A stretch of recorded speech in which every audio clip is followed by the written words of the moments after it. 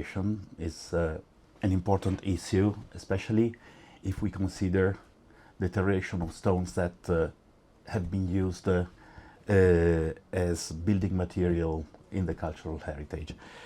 And this is because the deterioration of the materials is not just the decay of the material itself, but influence also the legacy that we are able to keep on to the next generations. Therefore, it's important to be able to evaluate what is the condition of the deterioration of the cultural heritage, but also we need to be able to make a forecast of the deterioration rate to plan conservation strategies and to intervene to stop or slow down the deterioration processes. Specifically, in the case of carbonate rocks, which are among the most used stone materials used in the cultural heritage, the deterioration effects derive from the interaction with environmental conditions, and there are many processes that takes place on the surface of these materials, and the majority of the effects lead to the net loss of surface material. So we can measure mostly the deterioration rate in terms of surface recession. The control of the environmental material processes and parameters on surface recession can be modeled through equations which are also available in the literature, but in the majority of cases these are not really sufficiently reliable to predict on specific cases the real effect, impact of the local environmental conditions on the recession. The reason is that the effect of the deterioration derives from a combination of different factors that include temperature, relative humidity, water composition, interaction with rain, and specific textural and mineralogical composition of the rock that are difficult to model and to account in a single model. So all the experiments that have been done and the models that have been proposed in the literature tend to simplify the relations and the effect of these components, so that at the end what is possible to have is just an average value that is hardly applicable to specific cases when we want to evaluate what is the actual vulnerability of a specific building under environmental conditions or under scenarios of climate change for that specific location. So with this project, ERODEM, exploring carbonate rock recession through data fusion of extensive experimental data via machine learning, we intend to gather data deriving from the literature, of course, from measurements on experiments that we carried out in the last years, both in the laboratory, putting rocks under specific controlled environmental conditions and measuring recession, and in the field by exposing rocks to external conditions and accounting for the microclimate conditions, and which are also important in determining the dissolution process at the surface of the stones, and the petrographic characteristics and textural characteristics of the stones, such as content in clay minerals, porosity, grain size of calcite. So all these parameters need to be known to be able to model the dissolution rate under specific conditions.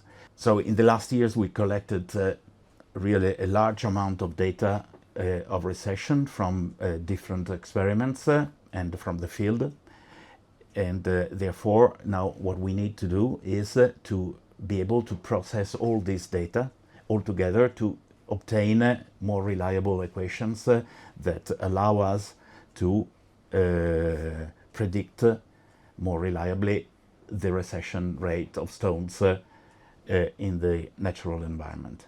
Now I can show you some of the experiments set up that we prepared. One is here at the Department of Geosciences, so we can go up on the roof of our department, and it consists in a cube with different stones exposed with different orientation, and there is a climate station that controls measures all the environmental conditions of the site, and I can monitor it from here directly in real time. We prepared 3 of these experimental setups. One is in Venice on the top of the clock tower in Piazza San Marco, and another one is in Tønsberg in Norway. So we already have data of the behavior of these stones at different microclimate conditions in 3 different locations characterized by different climate conditions. We are here on the roof of our department, and this is our experimental setup. As you can see, we exposed different rock types, and in this case also different types of wood.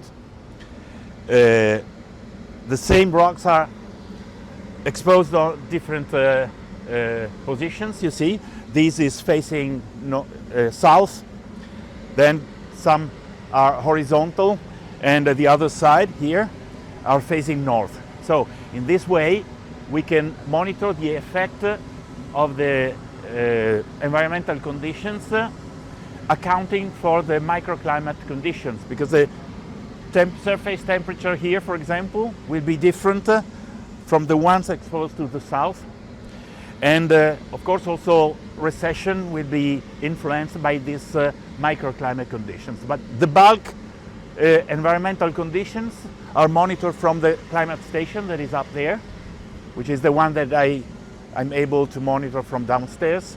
Here we also located sensors on each of the samples. It's a temperature and relative humidity sensor, so we have the conditions on the surface of the single sample. We prepared 3 of these cubes, as I said. One is in Venice and the other one in Norway. So the setup is the same, and so we have actually already a 1.5 year long time series of data from these 3 localities. Of course, the idea is to keep on with this experiment for other 2 years at least, to have a much longer time series of data where we perfectly know what is the microclimate conditions which each of the different materials suffered. The materials have been chosen in such a way that they represent a wide range of textural features. So some are quite porous rocks, others are mostly compact with a lower porosity. Also grain size is very different from one another, so to be able to account also the effect of these different textural parameters on recession. And the measurement of recession is done using an optical profilometer that I will show you shortly. And this instrument allows us to make a topographic map of the surface of the sample.